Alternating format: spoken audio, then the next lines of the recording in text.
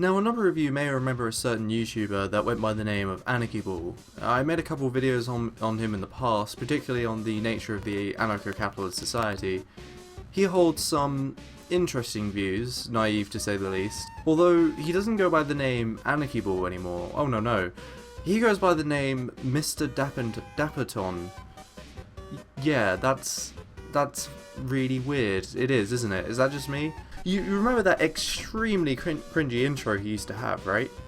Well, let's just...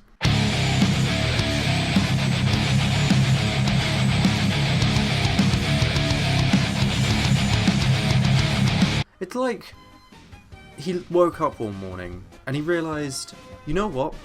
My intro just isn't edgy enough. I really don't think that my avatar standing there with a gun, with rock music playing, with shaking letters beneath saying Anarchyball is good enough. Oh no. He needed what could only be described as some kind of upper-class Grim Reaper with even more edgy art style than before. In fact, okay, to be fair, before wasn't an art style, it was literally copy-pasted in MS Paint. But still, this is just... oh. So since doing this revamp on his channel and somehow coming out even more artistic than before, he's made a couple videos, and I thought we'd watch one together. Although, before we really dive into the content of this video, I want to make fun of him a bit more. So this is it. This is where Anarchyball lives, or, sorry, Mr. Dapperton. Dapperton? That's such a weird... that's not even a real... okay. Mr. Dapperton lives, okay? Am I going to remember to call him Mr. Dapperton? Am I even going to bother? No, I'm probably going to stick to Anarchyball, but nonetheless, this is where he lives. And now, the art style, the actual artwork, isn't that bad from a technical point of view. What I love about not only Anarchyball's kind of whole shtick here, but most anarcho-capitalists go with this. They seem to paint themselves as this kind of like 20th century upper class lord, except of course with modern day things around the house like the machine guns and the bong. For some reason though, next to one of those old timey music players, which I can't remember the name of. But anyway, just to perpetuate that kind of aesthetic of the 20th century rich guy thing, but whatever. What I love is how they all picture themselves as this. And they're like, yeah, this is what our life would be like under anarcho-capitalism, but no. Do you own private property? Okay, sorry. Do you own, actual a factory or an office place, not just a flat or a house? Do you actually own private property? No, you don't. So, if we switch to an anarcho-capitalist society, you really think this is the life you're going to have? The life that everyone's just going to be magically able to obtain? Even communists don't say that everyone's going to be able to live in a fucking mansion with... oh... sorry. My point is, you're not gonna you're not gonna be one of these fucking rich property owners, CEOs, master of economics in the stock market. That's not what you're gonna be. You're gonna be just another wage slave, being worked countless hours, even more than you are now. But let's face it, you probably don't have a job anyway, but nonetheless, you're simply going to be a worker, a very poor one at that, because... you know what? No, we're not going to get into this. This is basically what I was talking about in the last response videos we did. Let's talk about another topic. So, the title of the video that we're going to be looking at today, guys, sorry about that rant at the beginning, but I needed to get out of my chest. But the title of the video that we're looking at today, 1% debates the 99%. Now, the video that he's actually reacting to in this video, I'm sure everyone's seen it. It's this, I think it's meant to be some kind of like business owner going off to Occupy Wall Street and talking to the people and debating them, and he's a libertarian, he's like, it's corporatism, not capitalism, blah blah blah. Now the reason I'm not directly taking this video, the video that Anarchyball is responding to, and then just responding to that myself, are twofold. One, because Anarchyball has actually already cut down the video into the most relevant points and reacted to those himself, so I can just do the same. And second, that means I get to make fun of Anarchyball. So, Hello, boys and girls, and those who sexually identify as a lawn chair. Oh, and another thing I forgot to mention, this is one of the new things that he does. Hello, boys, girls, and those who sexually identify as ridiculous item here. Now, it just look, I kind of agree that maybe the whole gender thing at some point is getting a bit out of hand, but even if it was, does it actually matter? If someone wants to identify as an attack helicopter, why not? I don't give a fuck what they want to do. Why do you care so much? Like, I don't know, there's gotta be, I'm sure, someone mentioned this online before. I think it's so perfect.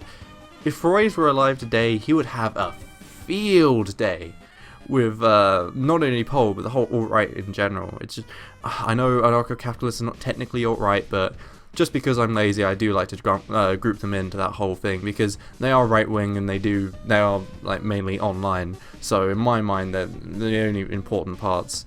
Yeah, but Freud would just be like, oh my god, the whole cuck thing, you know Anarchyball is fucking on the whole, indulges in those cuck memes. Freud would just, he'd be in his element. And again, we've got the whole movie room with the guns and the money lying around. We're not going to get into that again here because I just already did that. But look, I will give him the credit though. Whoever did this art for him is actually pretty good. If I was as autistic enough to have an avatar instead of just showing myself like a normal person, I'd also did it for him. Today we got a very special video. We're gonna watch a 1%er defend himself. Crazy, right? I'm surprised this guy didn't get shot during this interview, to be honest. It's almost like we have an entire section of society, part of state apparatus, to prevent that happening. I'm really not shocked. All right, this is Peter Schiff, and I've come down here to Occupy Wall Street to represent the 1% and see if I can have a dialogue with the other 99%, maybe see if we can find some common ground, and maybe I can help educate the people to direct their protests to the more appropriate source, because it's my opinion that they shouldn't be here occupying Wall Street. They should be in Washington occupying Pennsylvania Avenue. Okay, so what we have here is the typical libertarian who has the whole rhetoric of it's corporatism, not capitalism.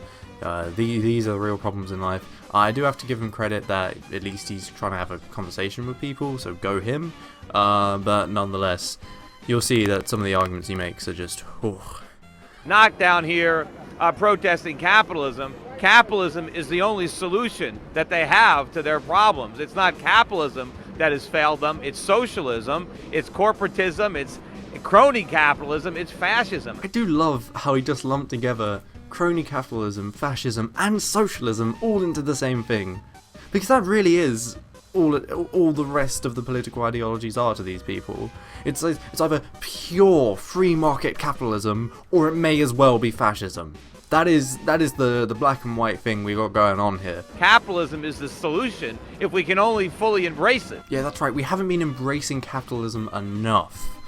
It's not like we've had it for the past 200 years, and it's only actually quite recently that the regulations that you complain so much about have really come into play.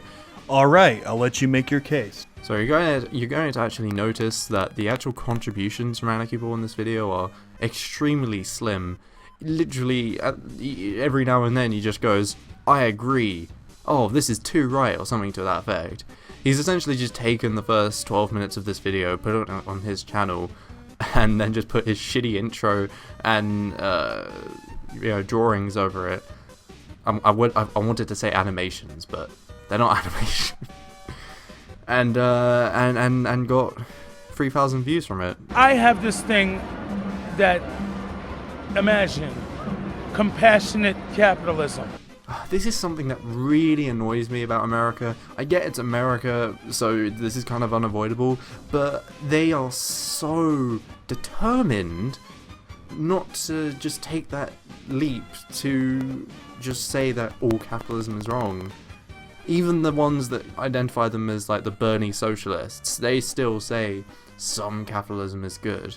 Or this guy, it's got compassionate capitalism. Even Jimmy Arm the Poor Door is saying it's, predatory capitalism is the problem. None of them are willing to make that leap to just say capitalism is the problem. It doesn't matter what kind it is, because at the end of the day, compassionate capitalism, crony capitalism, predatory capitalism, free market capitalism, it doesn't matter. Means of production are privately owned in all of them, and that's where all of these problems are stemming from. So no matter which way you dress it up, they're the same problems. Is there such a thing? Could there be such a thing? Well, it's the most compassionate system I know, by definition. Oh, you see, it's the most compassionate system he knows, but again, as we said, to them, it's either free market capitalism or it may as well be fascism. So I guess, in that sense, capitalism is the most compassionate system. But if you actually want a more nuanced view of the world, that's just not how it works. The way a capitalist gets rich is to figure out what the consumers want and give it to them, and do it at a less expensive price at a better quality. So the way a capitalist gets rich is by enriching everybody else. Okay, so this is the ideal kind of like on paper way that capitalism is meant to do it, but as we see from reality, this isn't the only way or even the main way of how capitalists make their money. I mean, it supposes this idea that every capitalist is some kind of entrepreneur who's bringing something completely new and radical to the market, which is changing everyone's lives. But actually, it just tends to be whoever can manipulate the market best. I mean, for example, one of the way that capitalists keep their money is by dumping huge amounts of their produce, particularly in farming and food and stuff. They just dump huge amount of it as to not saturate the market, to keep supply low, because that's on their economic incentive, and that makes sure prices don't go down too much. So that's how capitalists can make money. But does this help everybody? No, not at all. I mean, another example, planned obsolescence. Capitalists who take part in planned obsolescence make more money because demand goes up. Basic economics. But does this help anybody but the capitalist? Of course not. Why does it help you if your products that you've bought break in a couple years? But what you're forgetting is, if I make 100 million, I had to create a lot of jobs to make that money. That's one of the way you could have done it, but a lot of times that's not how you did it at all. It could have been through inheritance, it could again be through market manipulation, it could have been through the stock market, it could have been through anything. It doesn't have to necessarily have caused a positive impact on the world. That's the point. When the capitalist is making money, thing called greed. And you clearly have it, because you want to take, by force, through government, other people's money. That is greedy. Yeah, we're greedy. So what? The fuck are you gonna do about it? Okay, grandstanding aside, this whole idea of like people being greedy, of course everyone's greedy. Capitalists are greedy, but the workers are greedy too. We're just saying that because the workers are the source of all wealth in society, they should also be those that have all wealth in society. so the government's already taken more than half my money. I don't know how much more. So where do you stand concerning? And they want to take more of his money, and they call him greedy. Wait a second, what did he say earlier? But my thing is, if you make 100 million, imagine how many jobs could be created if you just made 50 million. So what if he made half, and the government took the other half?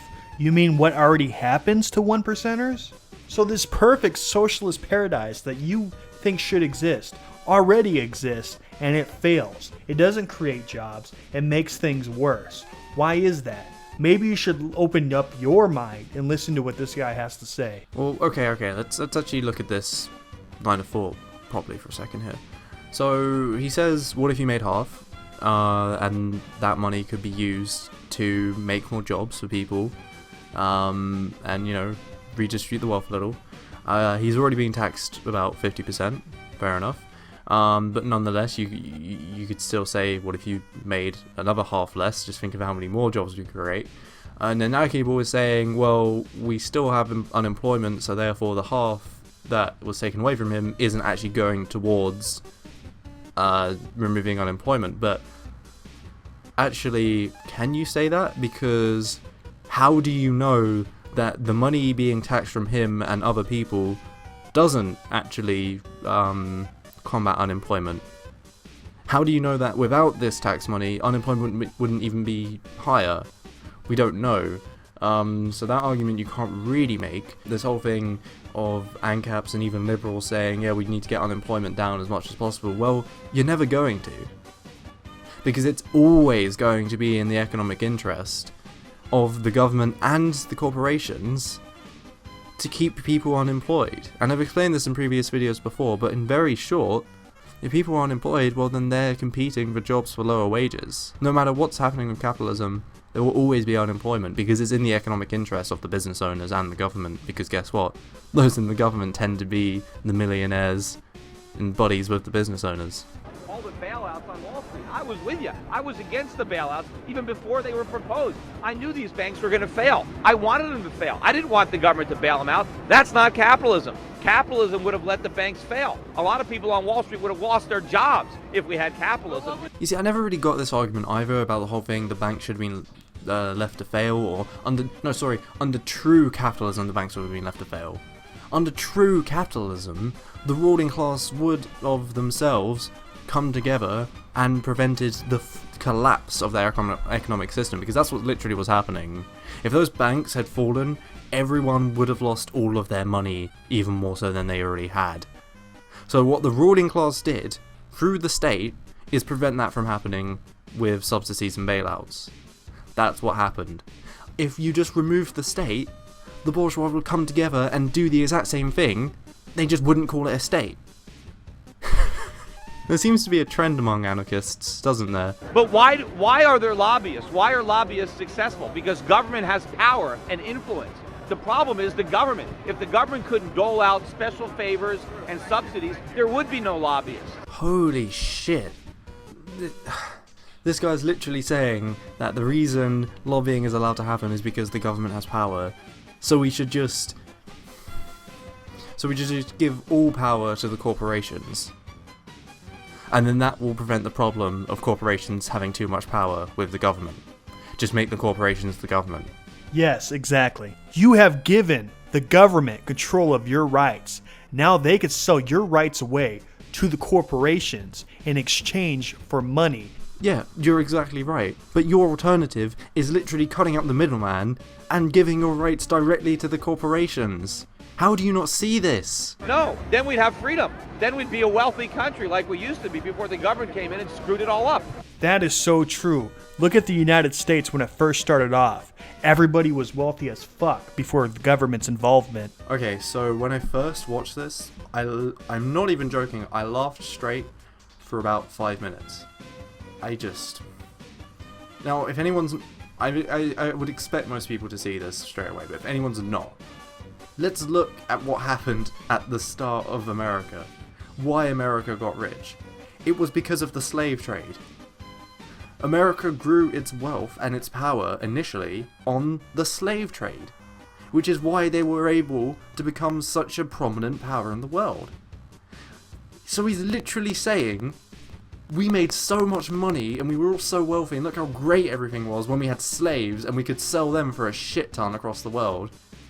Until the government came in, banned slavery and fucked it all up. This is literally like cucked by capital, I think, where you are literally willing to bring back slavery just because it makes more money. I mean, they have to be oblivious to history, they really do, if they don't realise what they're saying. Like, either they literally advocate slavery because it makes more money, but then again, I mean, he's an ANCAP, so... I mean, slavery doesn't violate the NAP, but no, okay. So either he literally advocates slavery, or he's just completely ignorant to the actual history of America. Could be either one, guys, I don't know. You go back to 1950, the average American had a standard of living nobody can match anywhere in the world. That's not true today, because we don't lead the world in freedom. Oh, and now he's bringing up how great everything was after the 1950s. Well, you know why that was? Because you had just finished a Second World War. You're in post-war boom. That's literally why the Second World War was done, or one of the main reasons at the very least, was because it stimulated the economy, it saved the economy from the Great Depression. The economy was getting fucked. So then, with the advent of the Second World War, things got back to normal. It was like a reset for capitalism. And then straight after that, you had economic prosperity again until in roughly the 1970s, you had another economic crash. It was only because of the credit system that we were able to delay the next economic crash a little later than it had been to 2008. But now that's coming back to bite us in the arse, because even the bourgeois economists are saying that within the next 5 years, we're quite likely to have another economic crash, when we haven't even recovered from the 2008 one. No, but the government made it so expensive to hire Americans. That's the problem. A lot of times I'm reluctant to hire people. I try to avoid it because the problem is the government makes it too expensive. So this guy's response to the problem of outsourcing is just make Americans as cheap as Indians or Mexicans. Just that's what we should do. This is literally what capitalism wants. This is literally workers competing for lower wages. You're seeing this right here in action. This is what it is. So you know that I'm just not bullshitting this, right? Like, literally what's happening. We need to make it so the Americans are willing to work less so they can get the jobs, so we stop giving their jobs to people who are willing to work for less than they are. Instead of saying, how about we restructure society so people aren't being forced to either work in shitty long hours just so they can eat or not work at all. Because that's the option to a lot of people. Especially in those third world countries that the jobs are being outsourced to. That's why it's so cheap over there. At least over in America and the West, the people have the option of welfare if they need it, which is kind of partly why the wages are higher. But over there, oh no, they're fucked. They will work for anything they can get. Anything. And so, the solution? Just bring it back to the West, so they'll be as desperate as they are. Alright, so from here on, guys, it's kind of the same arguments drawn on, arguments rehashed from earlier in the video, so I'm no real point continuing it, because I'll just be repeating myself, and I think this video's gone on long enough anyway. But nonetheless, I hope you guys enjoyed this video. It's just sad to see this, because again, it is someone who's quite well educated debating with people who just aren't. And it's not because they're liberals. You could have educated liberals who'd be able to take this guy on very well and be able to argue for the welfare state and high taxes and all that. I can't really be fucked to do that because I'm not a liberal, but you see my point. I mean, some of the people as well there, they're almost hitting on the right points, but they just don't have the theory to really back it up and expand on it. They in their heads they know the answer, they just can't get it out there, you know. But oh well. So yeah, I think we'll be ending the video here. I do hope you guys enjoyed. Anarchyball, if you're watching, I'm still up for that debate, man. Whenever you want. With you though, not with someone from your Facebook page. Like you said last time, with you. I'm down. If you ever want to learn about real Marxism, we can do that. So yeah guys, thanks for watching. Hope you enjoyed, and I'll see you next time.